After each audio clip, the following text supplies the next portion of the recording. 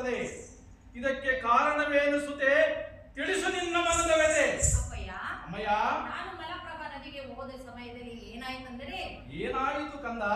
ನಾನು ಸ್ನಾನ ಮಾಡುವ ಸಮಯದಲ್ಲಿ ಮೊಸಳೆಯು ನನ್ನನ್ನು ಹಿಂಬಾಲಿಸಿತು. ಹೌದೇ? ತಾವು ನನ್ನನ್ನು ಮೊಸಳೆ ಬಾಯಿಯಿಂದ ರಕ್ಷಿಸಲಿಕ್ಕೆ ತಮಗೆ ಅನಂತ ಕೋಟಿ ಸಂತೋಷವಾಯಿತು.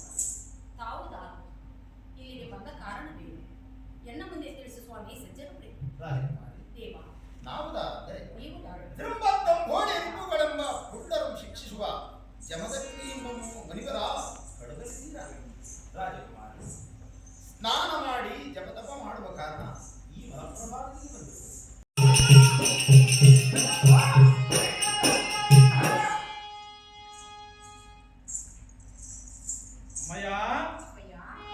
ಎನ್ನ ಅನುಮತಿಯನ್ನು ಪಡೆದು ಮಲಪ್ರಭಾ ನದಿಗೆ ಹೋಗಿ ಸಮಯಕ್ಕೆ ಸರಿಯಾಗಿ ಬಾರದ ವಿಚಾರ ಎನ್ನ ಮುಂದೆ ಕಾಣುತ್ತದೆ.